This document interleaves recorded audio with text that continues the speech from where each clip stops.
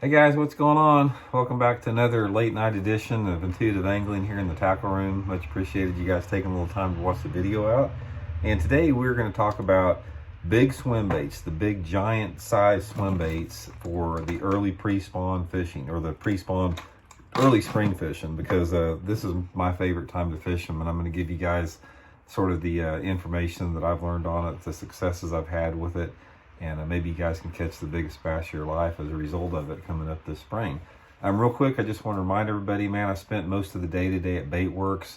We're doing some new stuff with the Blocked Old School jig, coming out with some new colors, working on some other products we got. If you guys are interested in ordering any of the Blocked Old School jigs, we got them up and running. You can order them at Baitworks online. I'll include the link in the description. And guys, one of the reasons this is the highest price jig on the market, these are labor intensive, hand tied by Americans. These jigs are not tied over in some dang Chinese sweatshop by 13-year-old kids like a lot of these companies ship their jigs over to get tied. They're tied right here in the United States, Springfield, Missouri, poured, made, tied, everything here by Americans. So it's a good way to support not only our country, but the everything we're doing here at Baitworks too. Okay guys, let's talk a little bit about what's going on here. Big swim baits, man, this is a niche deal, and it's very situational, what we're talking about. I'm talking about the big giant swim baits, like 10-inch Megabass Magdraft, Megabass iSlide 262T, and some of the custom-made big giant swim baits. These baits right here, they gain popularity, they gain fame in California initially, and you've got guys like Oliver Nye and his big bass streams. He is the undisputed expert at the giant swim baits. I don't claim to know a fraction of what Oliver knows about it, but I fished them enough to sort of give you guys some good info on what to look for with them. So when we're talking about big swim baits, there's a couple different things to remember. It's a commitment. When you go out and fish a big giant swim bait, it's something that you can't go out and just throw for 30 minutes and put it down. So the first thing that you have to do when you want to try to catch fish on these giant swim baits is you've got to make a mental shift, and you got to tell yourself, I'm going to chunk this big hunking thing all day long. I'm not going to take anything else in the boat with me. And that's how you do it. Don't take any other baits with you. Don't take any other rods. Take nothing but your big giant swim baits, and you're forced to throw it all day long. That's the first thing to do.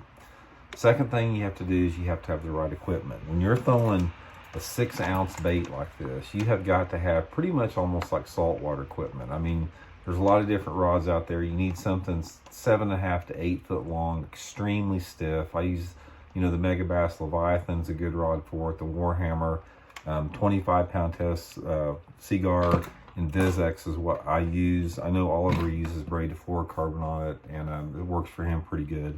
But you're talking heavy line, heavy rods, large diameter spool reels.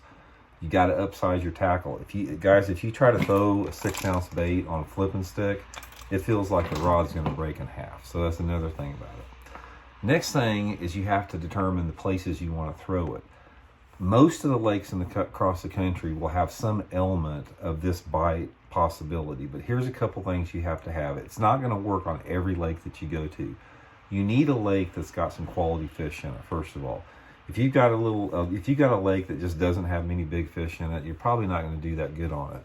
So you need a lake that has that is known for the numbers of quality fish, like the 4-pound and up type class fish, which a lot of lakes in the country do.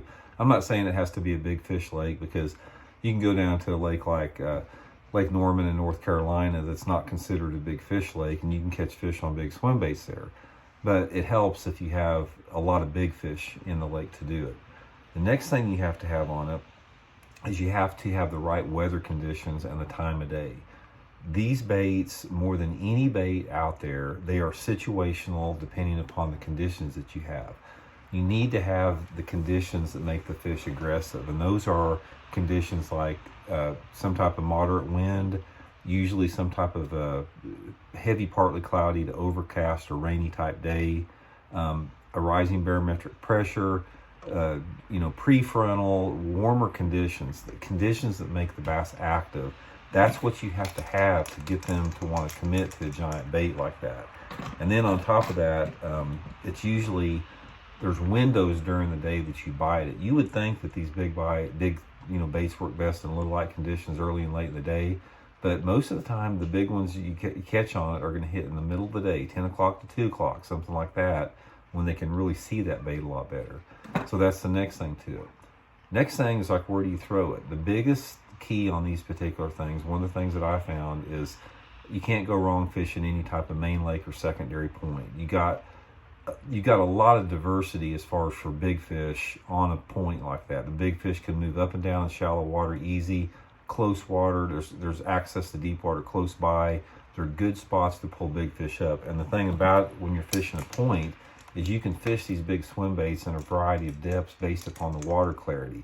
If you've got a lake that's got 5-6 foot of visibility, you can chunk this thing out over 15-20 foot of water, and those fish will come up on it. If it's a little bit dirtier, you can fish it in 2 to 4 foot of water and they'll come up on it. So, but it offers a really good environment for that.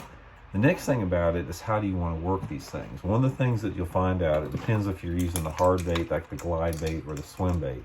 The bait, like the mag draft, the big rubber plastic paddle tails like this, I usually just like some type of a slow to medium retrieve, and I definitely do a lot of stop and go with it. I'll point the rod tip straight at the bait.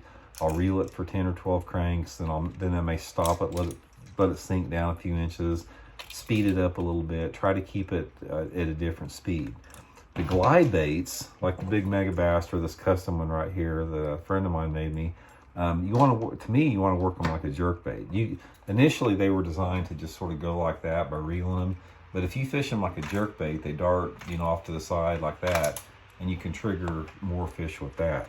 Another thing about this, and finally, wrap it up a little bit, you get a lot of followers on this. You get more fish that will look at it and not bite it than the ones that actually bite it. That's what keeps people throwing it. That's why these things can burn you in a tournament. They're a terrible tournament lure. They're great to fish for fun, but they're terrible for tournaments because they will suck you into throwing them all day long, and you'll wind up not catching any fish. You'll wind up having all these big fish follow it and none of them get it.